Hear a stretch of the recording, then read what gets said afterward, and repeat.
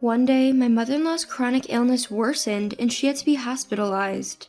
The responsibility fell on my husband, John, and me to take care of her. John has 2 older brothers, but they left for college in the city, landed jobs there as well, married city girls they met, and built their homes in the city. Therefore, they're seldom returning to our small town. The last time we saw them was at the 3-year memorial service for their father, my father-in-law. It was only the 2 brothers who came, even for the 3-year memorial service. Their wives and children, who had been well taken care of by my mother-in-law, were conspicuously absent.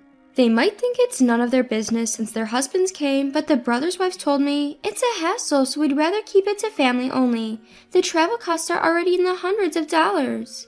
After discussing with my mother-in-law, we decided to hold the 7-year memorial service just between us and her. But then her illness took a turn for the worse and she had to be hospitalized again. Since we have a small child at home, we can't bring them to the hospital, so they're staying with my parents. My mother-in-law feels guilty about burdening my parents, but there's really nothing we can do about it. John helps out as much as he can, visiting after work to bring laundry home or help clean her up. We've let the brothers know about the hospitalization, but they haven't visited or sent any gifts. Despite this, the wives of the brothers are still complaining about not receiving the seasonal premium fruits that my mother-in-law sends them every year. "You're aware that my mother-in-law is in the hospital, right?" I said. To which they replied, "You should be more thoughtful and send something over." The fruits she sends are luxury items that we rarely get to eat ourselves, even in our hometown. The only time we can enjoy them is when we visit my parents. When I told them we are not well enough to send a box worth of hundreds of dollars, they sighed and said, "This is the only time being from a small town is worth anything." It was really infuriating. We ignored the message they left on my in-laws' answering machine, but then they called our house. They were complaining about not being able to share with their friends because they hadn't received their share. My mother-in-law reassures us that she'll pay us back for what we spent on her care, but we've been covering some of the smaller expenses out of pocket. When my father-in-law passed away, all of his estate, which isn't worth much more than a couple $1,000s, even if we sold the house and land, was inherited by my mother-in-law for her retirement. She's not impoverished since she had a bit of pension, but she's not well off either. Despite this, she's been sending boxes of products worth hundreds of dollars from local farmers to both of her sons' families every year. It's something the locals rarely get to taste since it's not sold in markets, only at farmers markets. It's expensive, and for us, a family struggling with kids, we can only get a small share from my parents or my mother-in-law. On top of this, there have been no signs of gratitude or return gifts from the brothers' families. My mother-in-law once complained, "They don't even call to let me know they received the boxes." When John told his brothers about her hospitalization, their reaction was just bland, "Oh really?" and didn't say anything about visiting. Apparently, my mother-in-law was hoping her sons would visit, so I felt bad for her. A few days passed and things went downhill. Last night, my mother-in-law called from the hospital. She wanted me to send some luxury fruit on behalf of her sons. Frustrated that she couldn't get anywhere with me, it seems she directly called the hospital where my mother-in-law was. Naturally, the patient herself couldn't answer, so a nurse brought a note with a message. It turned out it was the eldest son's wife who made the call. The note had wrote something like, "The second son's wife is struggling because nothing has been sent, so please hurry up." My husband John was the one who answered my mother-in-law's call, and he finally lost his temper. He told her, "If you're going to go out of your way for both brothers' family, we're stepping back. We'll ensure complete nursing care and laundry services are taken care of. Since we served as guarantors that we're done here, right? The rest is up to your sons." Apparently, he also planned to shout at his brothers over the phone, "Buy your own fruit online." I had a suspicion that my mother-in-law was favoring her accomplished sons, so there was something refreshing about the situation. From that day on, John strongly advised me not to go to the hospital, so I decided not to. Since my mother-in-law's condition is improving and her life is not in danger, I plan to do as she says. Since John chose to stay in our hometown, we took care of my father-in-law during his illness and after his death. At that time, my mother-in-law was also going to the hospital, so we did what was asked of us, like visiting him. However, after my father-in-law's death, I was the only one who was able to take actions on the weekdays, running around and dealing with all the paperwork carrying my baby on the back. At that time, I thought it couldn't be helped since my mother-in-law didn't have a driver's license. Yet, I never received any gratitude, let alone thank you from my sister-in-laws. Today, my mother-in-law called and said, "Have you sent it? If you don't hurry, the good ones will be gone. And why aren't you coming to the hospital today? Did someone get a fever? You can leave them at your parents' house and come here." I felt like I had woken up from a long dream. So I told my mother-in-law that John said we didn't need to take care of her anymore, that we wouldn't be able to afford the premium fruit because we're always on a tight budget. Then she grumbled over the phone that I lacked thoughtfulness for a woman. that I should have sent something even if not asked to, that I was low level because I only graduated high school, that we should have tumbling towards her house because my sister-in-law graduated from prestigious universities. I'm a high school graduate with limited capabilities, so I'll excuse myself from taking care of you, Mother. I found myself retorting spontaneously. My heart was pounding for a while, but when I did report to John after he returned home, he said, "That's fine, don't go to the hospital again." My husband John apparently told his brothers, "The wives have been asking for premium fruits for Mom, but she's in the hospital and I have no plans to send her any. If you guys want her to have them so badly, bring them when you visit her." When his brothers responded that they didn't have time and that the travel would be expensive, he replied, "It's unfair for just my wife and I to care for Mom. We've been doing it so far, now it's your turn, guys." And with that, he ended the call.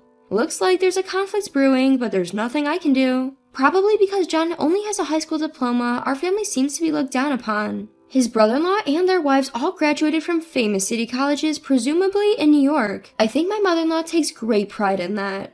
I never minded taking care of the in-laws in the past, and I have plenty of friends who, despite their usual conflicts, step up when someone falls ill. I thought that's what you do. John standing his ground felt good, but I was startled because we live in a small town surrounded by relatives. Before my mother-in-law could complain to them, I decided to pay a visit to my uncle, who had acted as our matchmaker. My uncle knew that we were the only ones taking care of my in-laws and promised to explain the situation to the rest of the family so that my mother-in-law wouldn't badmouth us. He just asked us to accompany her when she gets discharged from the hospital. Since we don't know when she'll be discharged, if it's on a day off, John will go, and if it's a weekday, I'll go with my uncle. He also promised to question my mother-in-law on why she treats her children differently. Then just recently, my mother-in-law's sister, my aunt, called to complain. Apparently, since we've given up caring for my mother-in-law, she has summoned my aunt to the hospital. She said her children should look after her, so when she asked to call her sons, it turned out she had already done so. But the wives of her sons told her, "We're too far away and can't come. We're also tight on money because of our children's education expenses," and hung up on her. I had a headache. Since it was a weekday and John rarely gets days off, I thought I'd have to go, but considering what was said, I didn't want to. Honestly, I didn't want to see my mother-in-law's face anymore. I figured when she's discharged, she'd ask us to come help, and it felt really depressing. Even if John had turned her down, the family around us didn't seem to approve. My aunt is taking care of her bedridden mother-in-law, and my mother-in-law usually says, "She's doing a tough job." I thought calling my aunt was a form of harassment against us. I wonder why those of us who stayed in the local town end up drawing the short straw. I ended up feeling envious of the luxury lives of my brother-in-law's wives, who is both out of local town. I discussed it with John when he got home, and he called his eldest brother. They talked for a while, and apparently other relatives besides my uncle and aunt had called the eldest brother's place. So the two brothers are going to come back for the weekend to discuss how to take care of their mother in the future.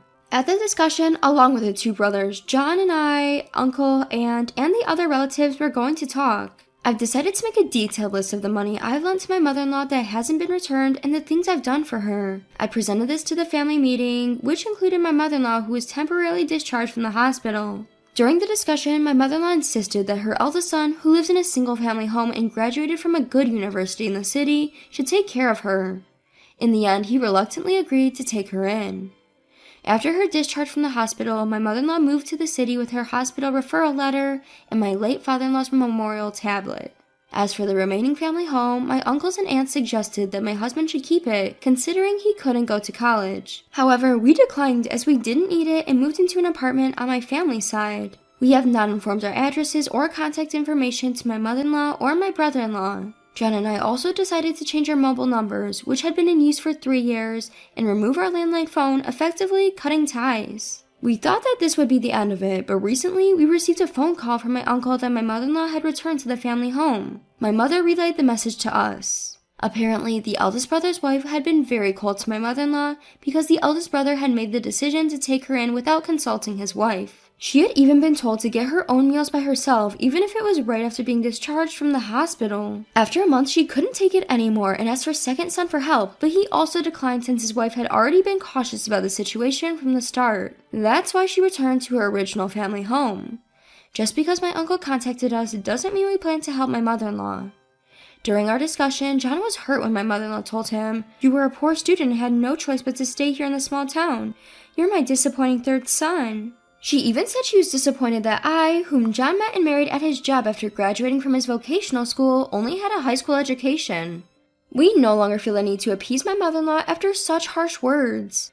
I had been wary of the situation from the start, given the way my sister-in-law had acted, and that's why I didn't take my aunt and uncle's advice to move into the family home. But I never thought she'd return in such a short amount of time, especially after the eldest brother boasted, "If you hate taking care of mom so much, I'll let my wife do it." I expected her to at least stay longer.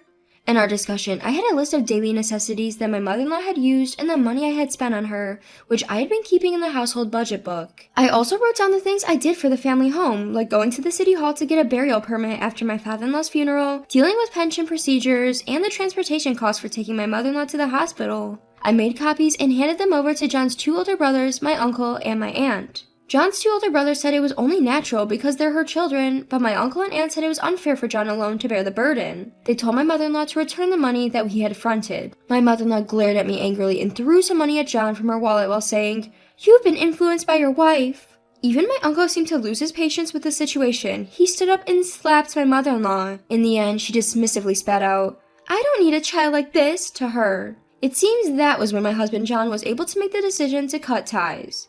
Here's a funny side note, the money that my mother-in-law had thrown at us was short by a few $1,000s when we counted it later. We went to my uncle and aunt about the missing money, but we also told them we're not claiming it, thinking of it as severance money. Afterward, my real mother received a call. It seems my mother-in-law had called our old home. "It's pitiful to be taken in by a daughter-in-law who has done nothing for my son.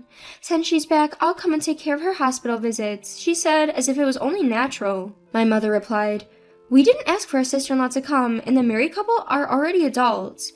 We have no intention of interfering. I heard that you said you didn't need your youngest son and went to the city to be taken care of by your eldest. Why are you here?" After that, she hung up without a word. 2 years have passed since then. After that, it seems that my uncle, aunt, 2 elder brother-in-law, their wives, and my mother-in-law had a discussion. We had moved after my mother-in-law went to the elder brother's house, so we received a message through my parents' house from my uncle to participate. But John said, "I fulfill my responsibilities as a child. If any money comes in, please offset it by disclaiming my inheritance."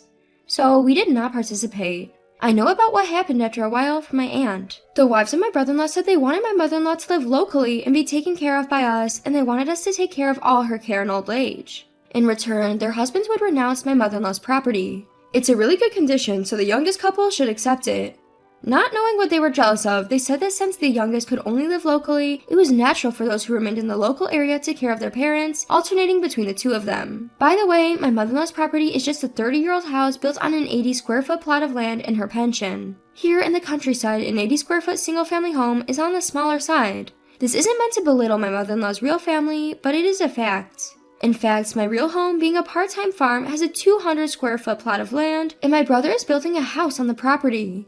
Even so, the value of the land isn't much, and to think they could lure us in with such a thing, it was a stark reminder of the fundamental difference in thinking between the wives of my brother-in-law and us. In the past, we didn't do it because we could receive the house, but because she was John's mother, we felt obligated to be there for her because we were nearby, and she must have felt lonely being left alone. My mother-in-law must have felt lonely back then. She even thanked us. However, from the persistent demands for premium fruit by the wives of my brother-in-laws, we came to understand all of my mother-in-law's true feelings in nature and grew to loathe everything, thus becoming estranged. Still, it seems that our intentions did not get through to the wives of my brother-in-laws at all. My aunt too has taken care of her mother-in-law when she got married, so she tried explaining to my brother-in-law's wives that it's not how they think it is, and even voiced her opinion to my mother-in-law, but it seems like they just couldn't understand each other. After all, my mother-in-law just wants to live with my successful brother-in-law in the city, as she's always been telling people around her, and she insists that they take her in no matter which one. Despite the continued disagreements that came after, it seems like in the end,